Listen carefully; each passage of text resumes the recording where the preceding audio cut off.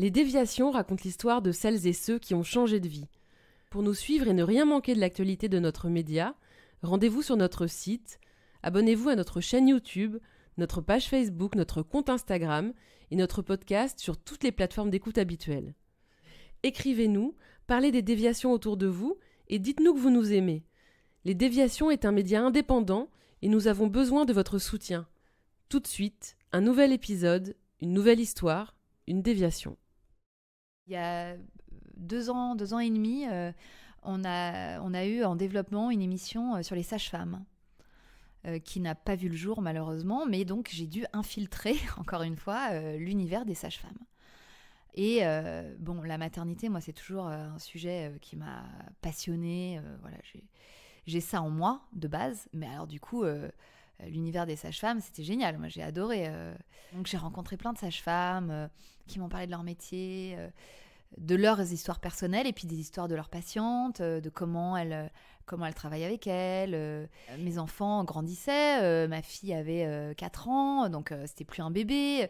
Puis je me suis replongée en fait dans tout cet univers de la maternité, de la toute petite enfance, de la grossesse, de l'accouchement.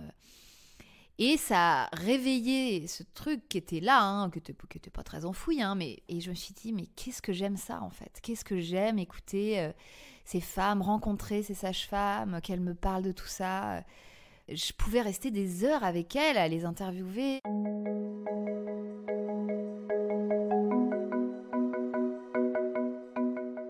Si le nom de Clémentine Gallet ne vous dit rien, vous avez pourtant peut-être déjà entendu son podcast Bliss Stories, qui existe depuis avril 2018 et compte déjà près de 50 épisodes.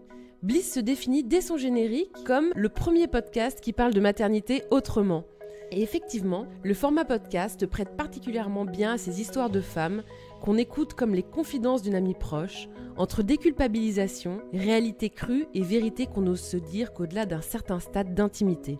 J'ai eu envie de rencontrer Clémentine, car son histoire à elle mérite aussi d'être racontée. C'est celle d'une directrice de casting qui voulait donner plus de sens à sa vie et qui a tout arrêté pour lancer son podcast.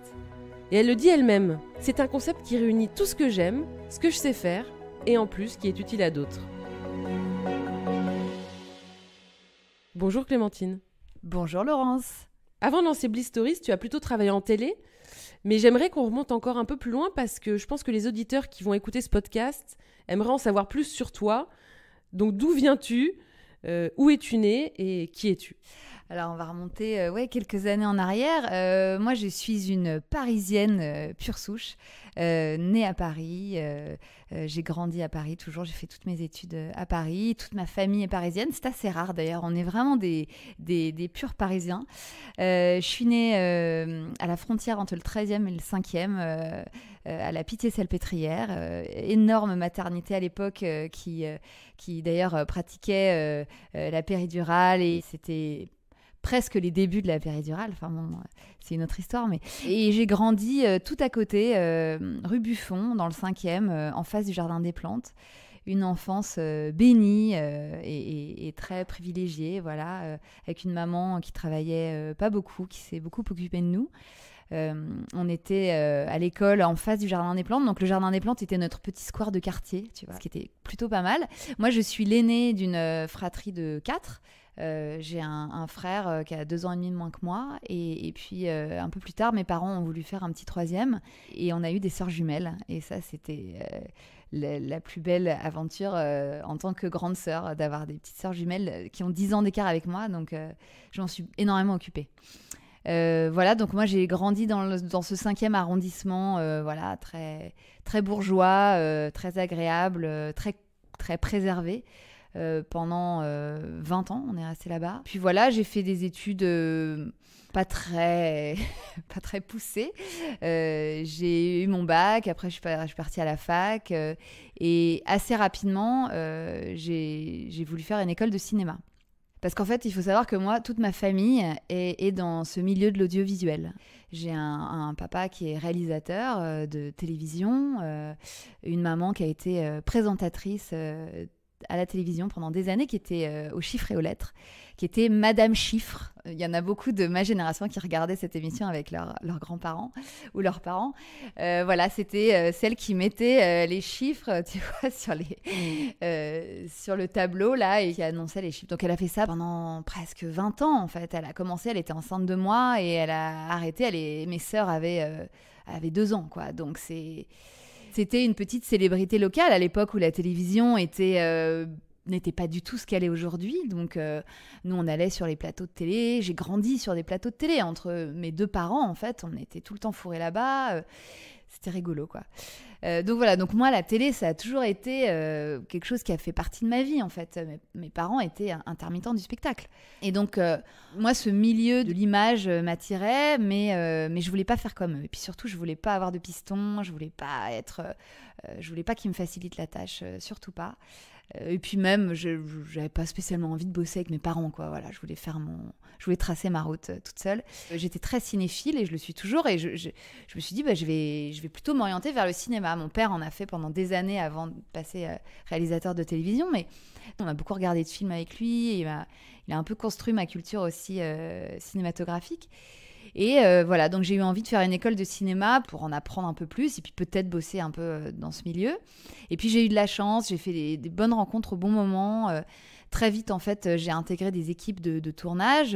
Donc j'ai commencé vraiment en bas de l'échelle, stagiaire régie, où tu vas faire des cafés, chercher les comédiens, où tu bloques les rues, voilà.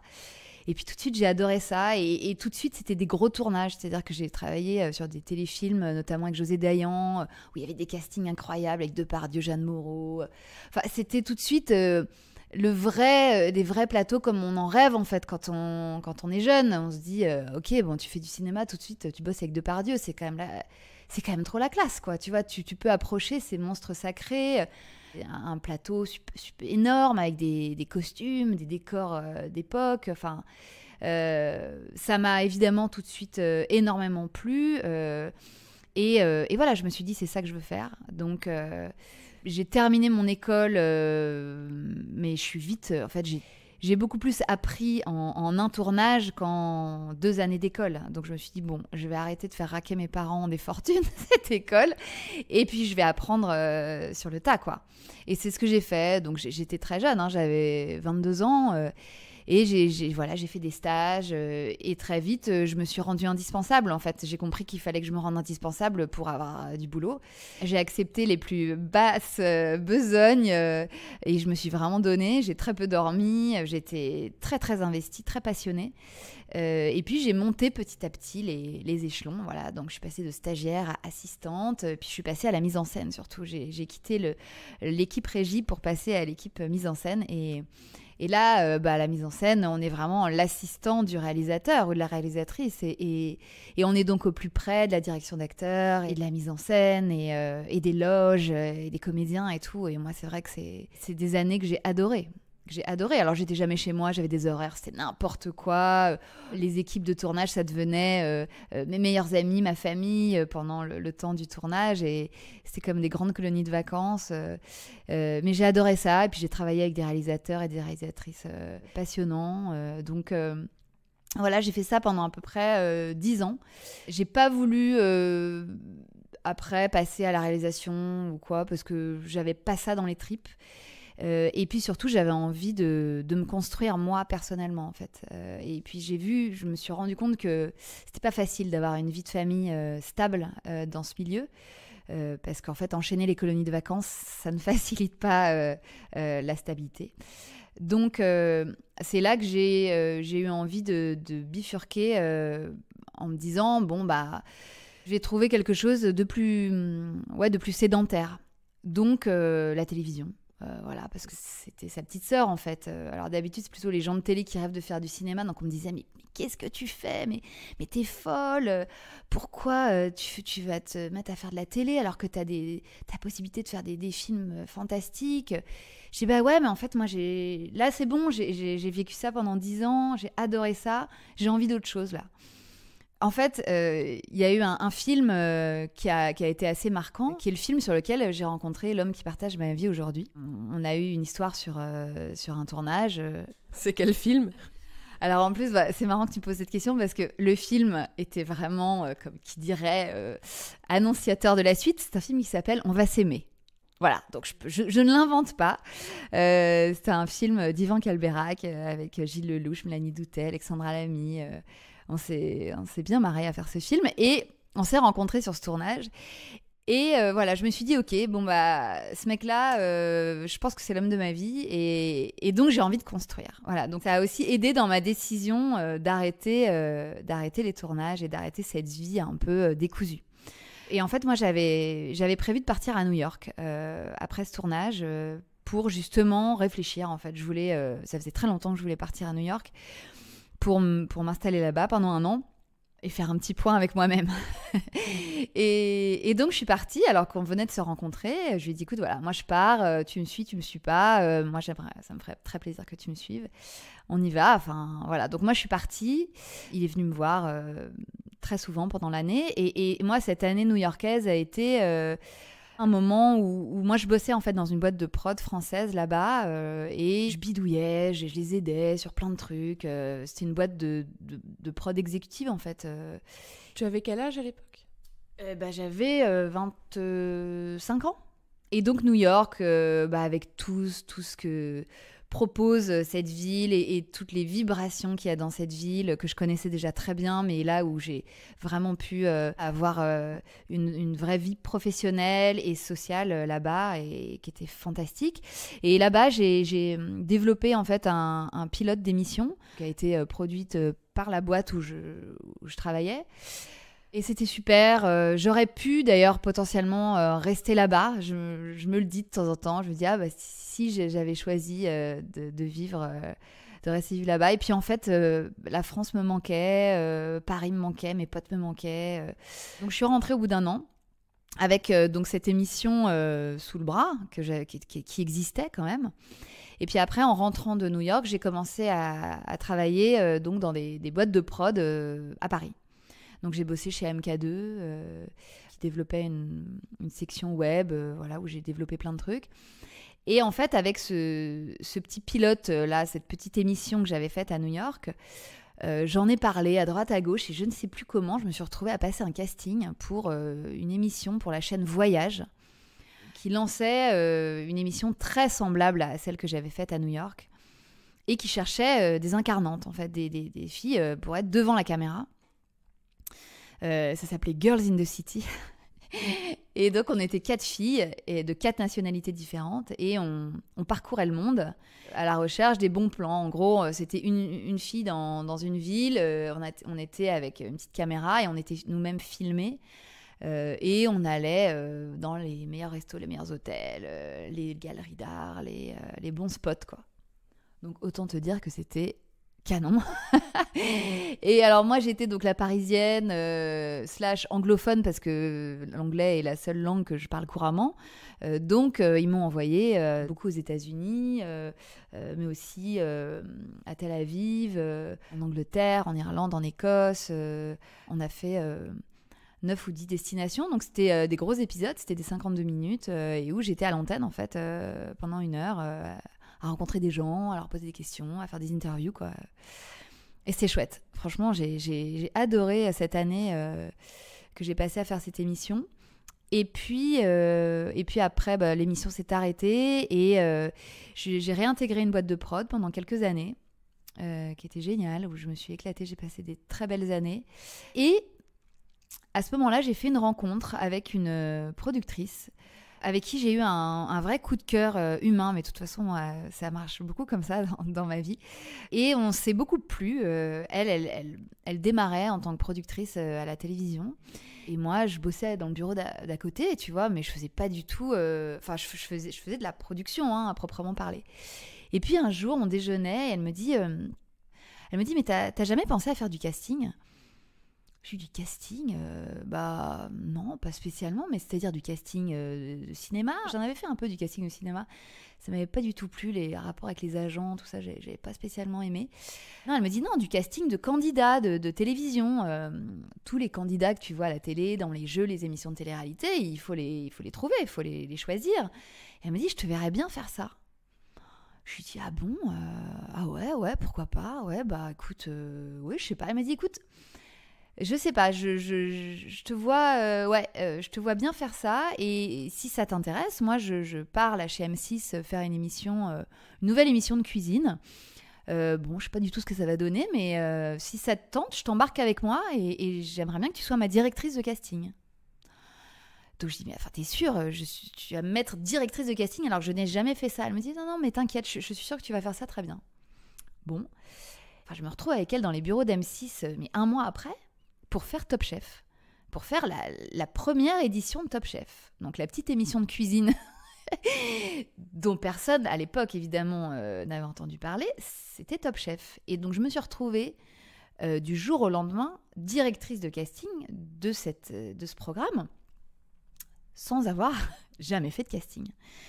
Donc bon, elle était tellement convaincue pour moi que c'était ma place, et ben qu'elle m'a totalement mise en confiance. Donc moi, je me suis pas posé de questions. Je me suis dit, ok, bon, il faut trouver des jeunes cuistots qu'on va former et qui vont gagner potentiellement un concours avec un jury de grands chefs étoilés.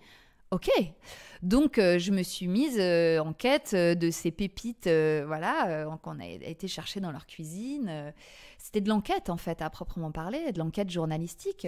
Donc il a fallu trouver les candidats, et puis il a fallu trouver le jury des chefs. Donc c'était génial, on allait dans toutes les cuisines des plus grands restaurants, les rencontrer, picorer un peu dans leurs plats. Enfin, moi j'ai découvert tout un univers hallucinant, enfin l'univers de la haute gastronomie et des brigades de cuisine et tout, c'est fascinant. Et donc j'ai adoré faire ça. Et elle avait raison, je crois que j'étais assez douée. Enfin, il y avait un truc assez naturel, parce que c'était que de l'humain en fait. C'était que des rencontres avec des gens lambda qu'on allait sortir de leur cuisine. Et qu'on allait mettre en lumière sur un plateau de télévision, et dont on allait faire un peu des petites stars, quoi. Parce que maintenant, les candidats de Top Chef, enfin les candidats de grosses émissions comme ça, c'est un peu des stars, ça devient des stars. Et j'ai adoré rencontrer tous ces jeunes cuisiniers qui étaient des espoirs à l'époque de la cuisine française, et d'ailleurs qui aujourd'hui ont fait du chemin. Et en fait, ça correspondait effectivement à tout ce que je savais faire. J'aimais l'humain, j'aimais faire des rencontres, j'ai beaucoup d'empathie. Donc, ça a matché, en fait. Et puis, avec cette productrice, notre coup de foudre professionnel s'est confirmé. Et donc, effectivement, on arrivait très bien à travailler ensemble. On formait une super équipe. Voilà, Top Chef a eu le succès qu'on connaît aujourd'hui. Et moi, donc, j'ai gagné mes galons de directrice de casting. En fait, personne ne se posait la question de savoir si ce que j'avais fait avant. J'étais directrice de casting. Ok. Et du coup, j'ai appris aussi à manager une équipe, parce que je n'ai pas fait ça toute seule. J'ai embauché des casteurs avec moi qui m'ont aidée. Vraiment, je me suis retrouvée comme un poisson dans l'eau à faire ça. Évidemment, cette productrice est restée une amie, et je lui dis souvent, mais t'as vraiment eu le nez creux, parce que moi, ça ne me serait jamais venu à l'esprit. Et elle a ce talent, cette fille, elle a ce talent de sentir les gens. Et voilà, moi, elle a senti que c'était mon truc, quoi. Donc après, j'ai continué à faire du casting chez M6 pendant longtemps. On a enchaîné avec cette même productrice pas mal d'émissions. Et puis, j'ai eu mon premier enfant.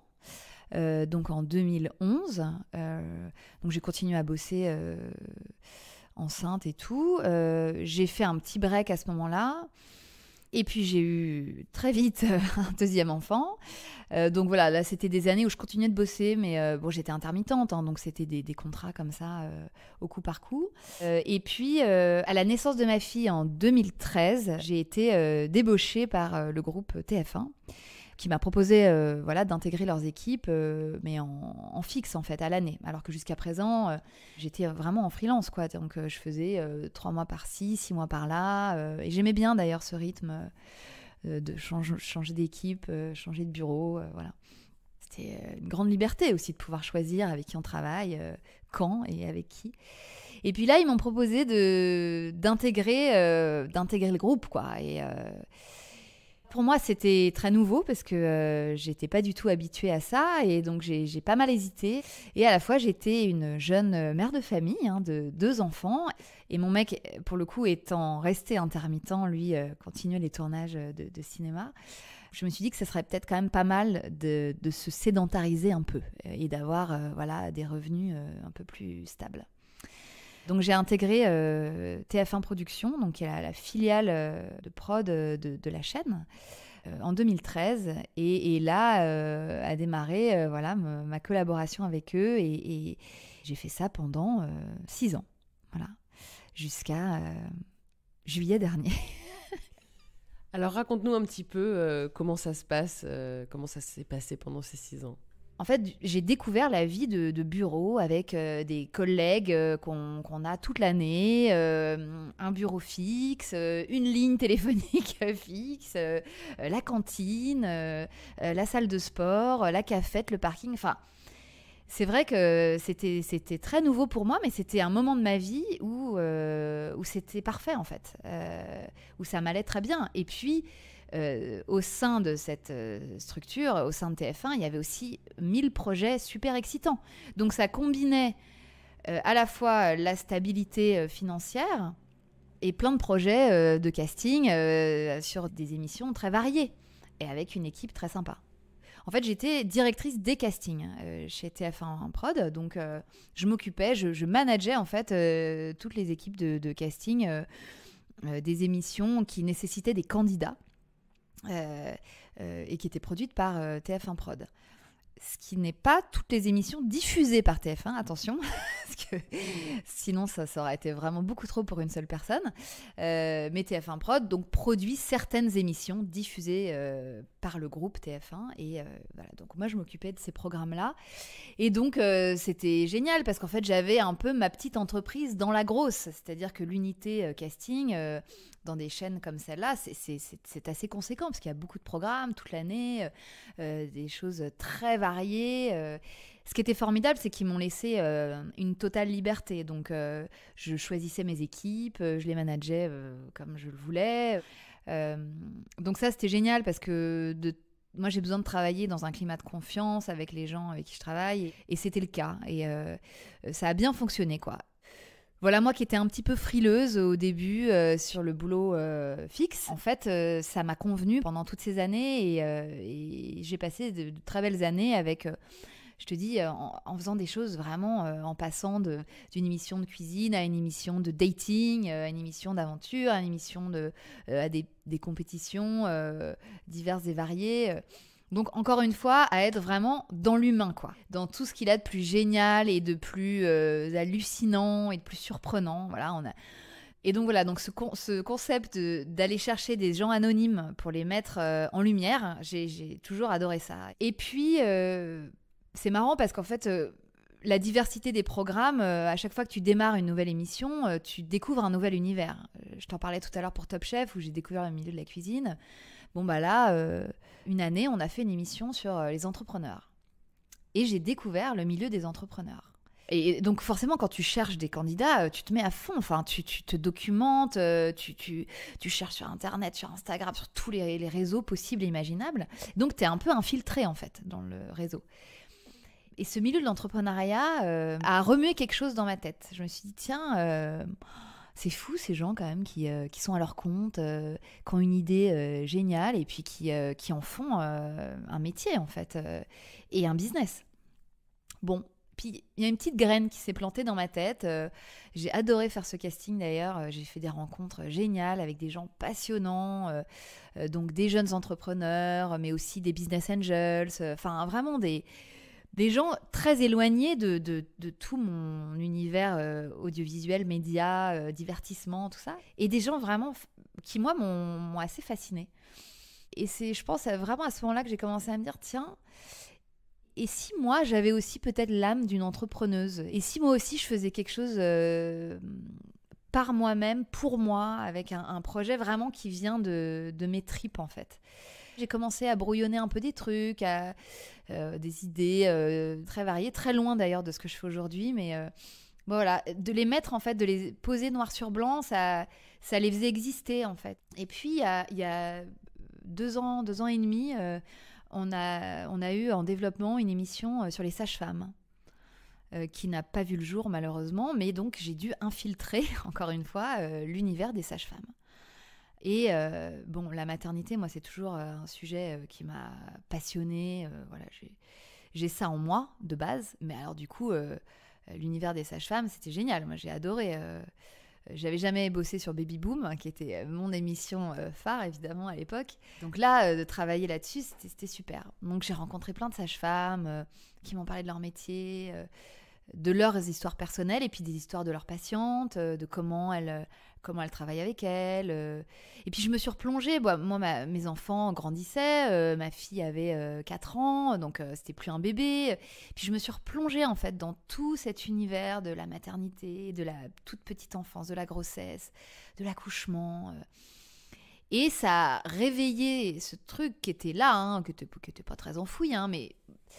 Et je me suis dit, mais qu'est-ce que j'aime ça, en fait ? Qu'est-ce que j'aime écouter ces femmes, rencontrer ces sages-femmes, qu'elles me parlent de tout ça. Je pouvais rester des heures avec elles, à les interviewer, à parler. Et j'ai fait l'association, en fait, des deux. J'avais ce truc d'entrepreneuriat, j'avais ce truc de maternité. Les 2 petites graines germaient dans ma tête. Et puis, en parallèle...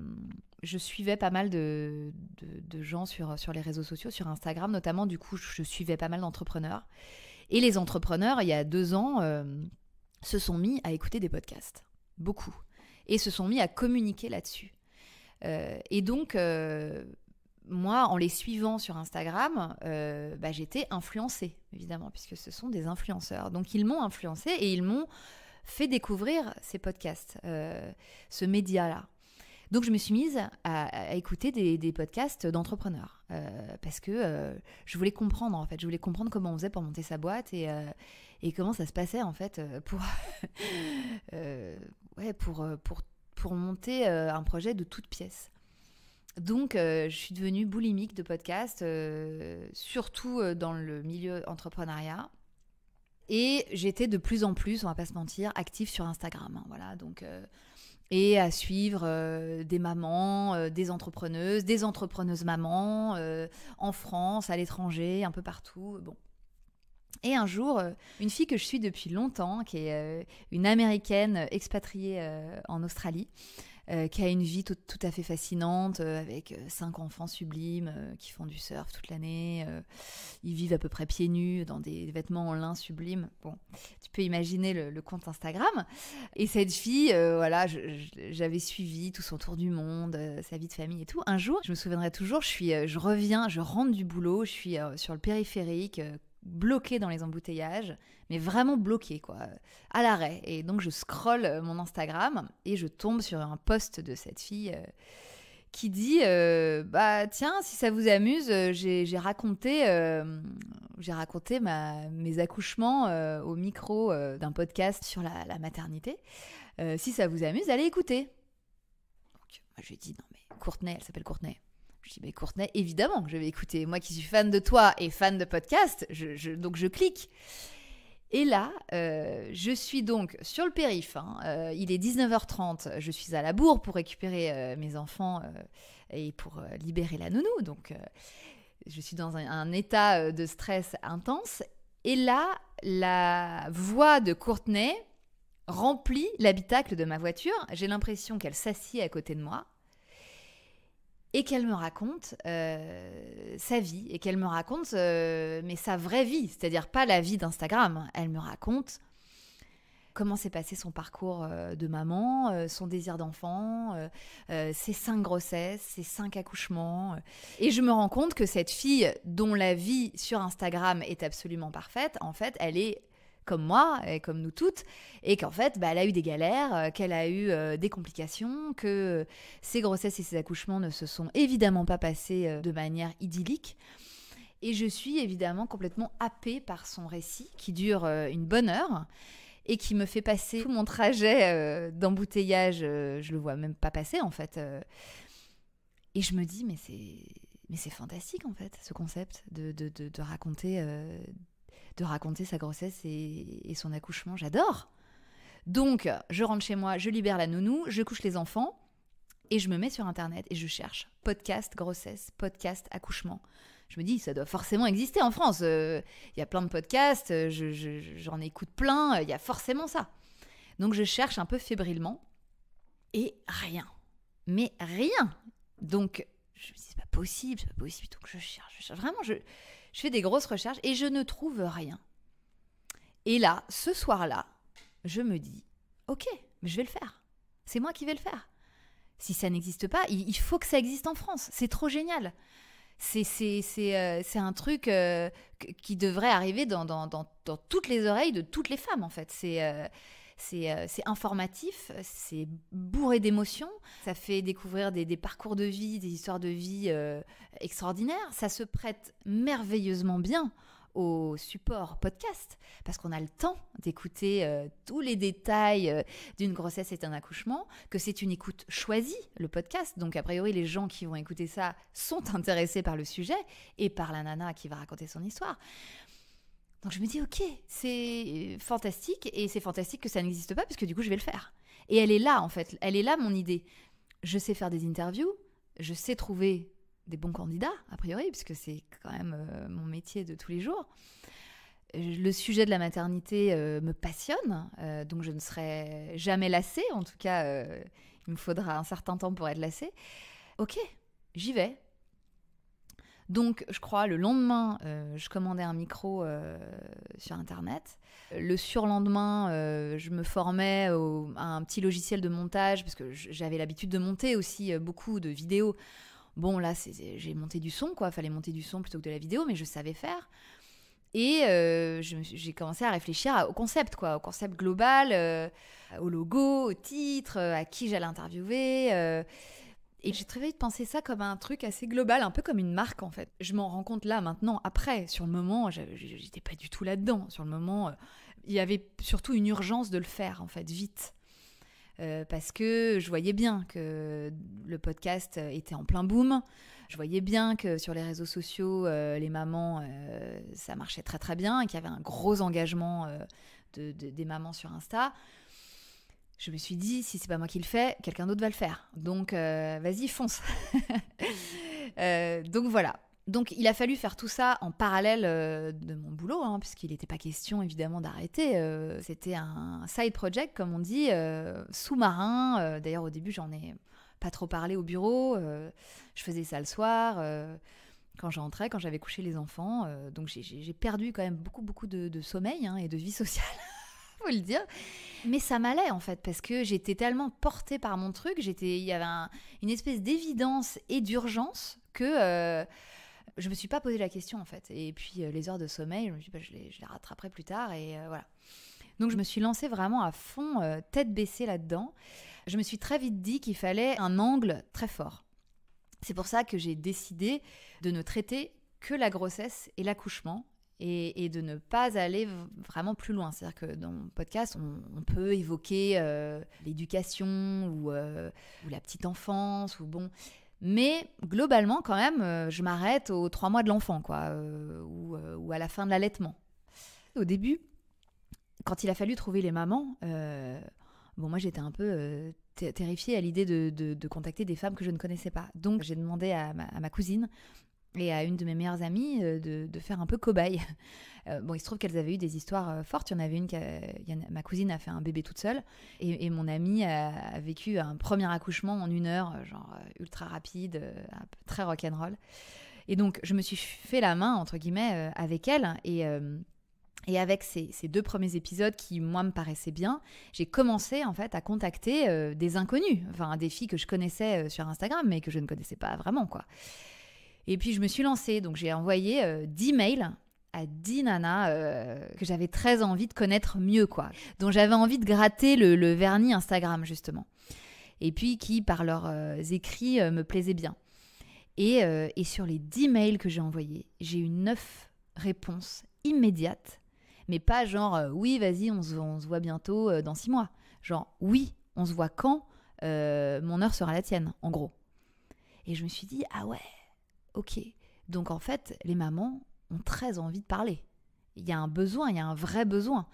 Et tout de suite, je me suis dit, ok, donc cette petite idée de faire parler les mamans, c'est peut-être la bonne. Et de fait, voilà, après, ça s'est enchaîné. Et donc, j'ai fait ces 9 premières interviews. Et puis voilà, j'en suis à 50. Moi, je suis surprise à chaque fois que je vois tes podcasts. Je me dis, elle est super forte en angle. Je me dis, je sais pas, t'en as presque 50. À chaque fois, je me dis, là, c'est bon.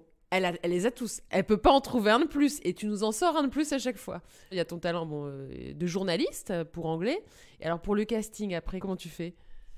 En fait, j'ai la chance que ce soit un sujet universel et inépuisable. C'est-à-dire que tous les jours, il y a des milliers de naissances, donc des milliers d'histoires, puisque chaque naissance est unique et chaque vécu de maternité est unique. Et que les femmes continueront toujours de tomber enceinte et d'accoucher. Après, c'est vrai que une maman qui va te raconter que sa grossesse était idyllique et qu'elle a poussé 3 fois et que son bébé est arrivé et qu'elle a eu un allaitement parfait... C'est sympa, mais ça manque un peu de sel. Voilà, ce qui est intéressant, c'est d'avoir les parcours un peu plus atypiques, non pas forcément dramatiques ou trop complexes, mais c'est toujours intéressant quand il y a un peu de matière. Alors la matière, elle vient parfois de l'angle, effectivement, et de l'histoire propre de la maman, et puis elle vient aussi parfois de la personne qui raconte. Ça, c'est essentiel. Bon, ça, c'est du casting. Hein. Donc, il faut trouver les bonnes narratrices.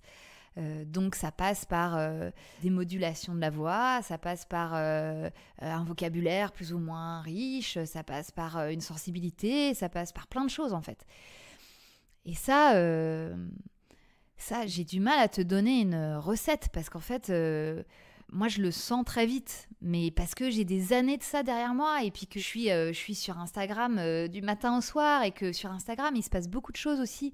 Alors sur Instagram et puis dans les mails aussi qu'elle m'envoie parce qu'aujourd'hui, je reçois des centaines de mails par jour de candidatures en fait, de femmes qui veulent témoigner dans mon podcast et...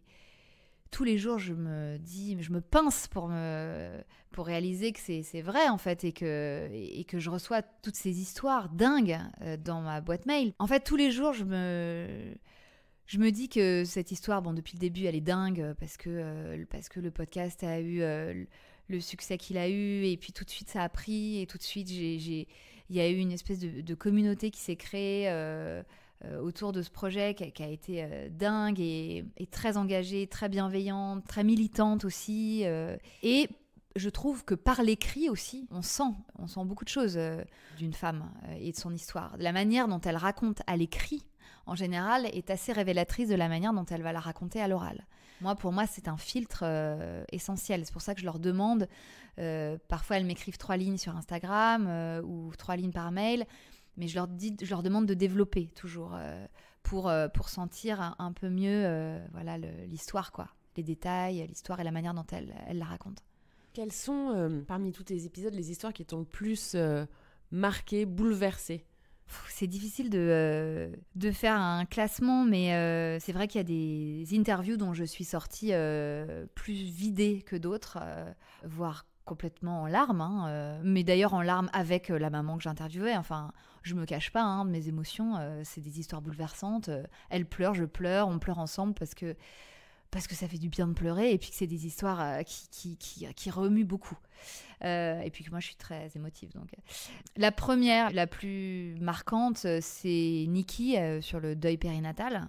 Donc Nikki, c'est une femme américaine bouleversante, très forte, d'une puissance incroyable, et puis qui a une façon de porter son histoire et de la raconter qui est dingue. Voilà, donc elle, on a fini en larmes dans sa cuisine. Mais je sais pas comment dire, c'est des larmes, c'est de l'émotion pure, mais on n'est pas du tout dans la lamentation en fait. On est en train de revivre le moment, donc évidemment qu'il y a des larmes. Mais ces femmes, elles ont à la fois tellement de force en elles et elles forcent tellement le respect que je suis limite gênée de pleurer devant. Enfin, je suis gênée. Je m'en veux parfois de pleurer devant elles parce que je voudrais être aussi forte qu'elle. Et puis, bon, parfois, j'y arrive pas. Mais ouais, le deuil périnatal, c'est c'est un drame qui je crois, ce qui peut arriver de pire à une maman. Donc, il y a eu cet épisode-là qui était peut-être le plus difficile à enregistrer. Dans l'enregistrement final, alors c'est toujours la question, comment doser l'émotion aussi, parce que je veux surtout pas basculer dans le pathos et vraiment le but, je mets toujours un point d'honneur à ce que la force de ces femmes transparaisse dans le podcast. Donc voilà, j'ai pas envie de laisser trop de larmes. Il y a eu le déni de grossesse aussi qui a été très fort, parce que je me suis retrouvée en face d'une femme incroyable qui avait une façon de parler de cette histoire dingue, mais dingue, que moi-même j'avais du mal à conceptualiser, et d'ailleurs je le dis dans le podcast, enfin le déni de grossesse pour moi c'est un truc, ça peut pas arriver quoi, je veux dire en 2019 on ne peut plus ne pas se rendre compte qu'on est enceinte quoi, c'est pas possible, et en fait si, évidemment ça arrive encore, et à des nanas qui ne sont pas dans une précarité ou dans une détresse sociale préoccupante, pas du tout. Et puis évidemment il y a l'épisode qui s'appelle 9 mois, 9 jours, qui est costaud aussi, où c'est l'histoire de cette grossesse qui s'est passée de manière tout à fait normale, et d'un accouchement dramatique, et d'un bébé qui reste en vie 9 jours, et que les parents ont dû accompagner en fait jusqu'au bout, dans ce diagnostic d'ailleurs qui a été très, très flou et très... Et voilà, et donc ces 9 jours atroces mais encore une fois, qu'elle raconte merveilleusement bien, avec beaucoup de pudeur, de recul, d'intelligence, de subtilité. Enfin, c'est une femme incroyable. C'est une femme incroyable. Et donc, tu vas rien que d'en reparler, ça... Je suis hyper émotive en fait, donc c'est... Pardon. Mais non, parce qu'en fait, à chaque fois, je suis toujours hyper touchée par ce qu'elles me donnent, par leur générosité, par la force qui se dégage d'elles, et par le besoin qu'elles ont d'en parler pour faire du bien à d'autres, pour être utile, pour que ça ne se reproduise pas. Et en fait, cette démarche, elle est fantastique, que ce cercle vertueux existe autour de ce podcast, c'est merveilleux.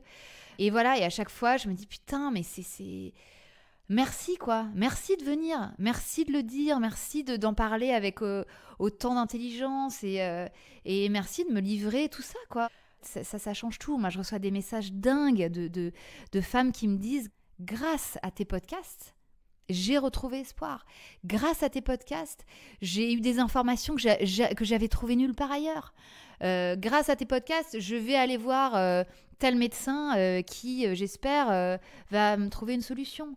Mais c'est une récompense incroyable pour moi. Mais jamais j'aurais pensé en arriver là. Et pour moi qui voulais trouver du sens à une vie professionnelle qui était très... très divertissante et très intéressante, mais qui manquait à mon sens un peu d'utilité, même si les programmes télé ont une certaine utilité, évidemment. Mais en tout cas, moi, personnellement, j'étais en quête d'autre chose. Bon, là, c'est merveilleux, en fait, ce qui se passe autour de ce projet. Il y a combien d'auditeurs maintenant, au jour J, dans la communauté Bliss Stories ? Alors écoute, il y a beaucoup d'audience. Là, j'ai dépassé les 3 500 000 écoutes en un an, à peine, puisque ça, c'est des audiences qui sont comptabilisées depuis octobre 2018. Donc voilà, depuis octobre 2018, plus de 3 500 000 écoutes. Donc c'est énorme. En fait, au début, je ne me rendais pas compte, moi, des audiences que je faisais. Je voyais les chiffres grossir. Je me disais, ah cool, 10 000, 20 000, 30 000, 50 000, oh, 50 000, 70 000, 100 000. Ah ouais, quand même. Il y a 100 000 personnes qui ont écouté l'épisode. Ouais, c'est quand même cool. Bon, en fait, c'est énorme. Et tant mieux. Mais tant mieux que ça circule et que l'information soit relayée. Et que déjà, je ne pouvais pas espérer tout ça. Et alors là, avoir autant d'écoutes, c'est fantastique. Et donc pour le futur, est-ce que tu as des plans à court terme, à moyen terme, à long terme ? Alors oui, bien sûr, j'ai plein de projets. Alors là déjà, donc, j'amorce une nouvelle vie professionnelle puisque donc depuis 2 mois, j'ai quitté TF1 donc, et je me suis mise à mon compte. Donc moi-même, je deviens l'entrepreneuse voilà, que je voulais être et je suis en train de me construire une vie professionnelle un peu sur mesure en fait autour du podcast. Maintenant, j'ai mon bureau. J'ai plus de collègues de bureau, mais je bosse à la maison. Je m'organise autrement. J'ai évidemment beaucoup plus de liberté. Et voilà, donc c'est un peu vertigineux au début. On se dit, oulala, attends, par où je commence c'est vrai que c'est quand on sort de 6 ans de boîte, 6 ans de rythme très, très cadré, c'est un peu vertigineux. Mais bon, ça me fait pas peur et je pense que j'ai la ressource pour le faire. J'ai eu 40 ans cette année, donc je pense que ce changement de vie n'est pas complètement anodin non plus. Et apparemment, c'est un bel âge pour se renouveler en fait professionnellement. Donc oui, moi mes projets, c'est déjà de continuer Bliss tant que je peux, hein, parce qu'il y a encore plein de sujets et plein d'angles à trouver et à traiter. J'ai déjà là tout un planning d'enregistrement à venir qui m'excite beaucoup et voilà, et de femmes que je suis très impatiente de rencontrer. Et puis d'autres projets de podcast aussi, certainement. Et puis d'autres choses sur d'autres supports, peut-être. Voilà, je ne vais pas trop en parler pour l'instant parce que c'est encore à l'étape développement. Mais en fait, Bliss Stories donne plein d'idées à plein de gens, donc c'est chouette. Il y a des gens qui viennent me voir avec de nouvelles idées et moi j'aime bien ce genre de rencontres et d'initiatives et c'est chouette quoi. Donc on verra ce qui se passe, mais oui, il y a plein de choses à venir, plein de choses excitantes.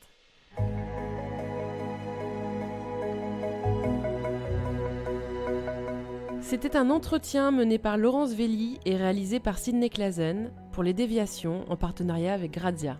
Commentez, écrivez-nous, partagez, taguez vos amis, réagissez avec beaucoup de cœur, de pouces levés et d'étoiles quand on vous le propose. Les Déviations n'ont qu'une vocation, raconter des histoires de gens qui ont changé de vie. À très vite pour un prochain épisode.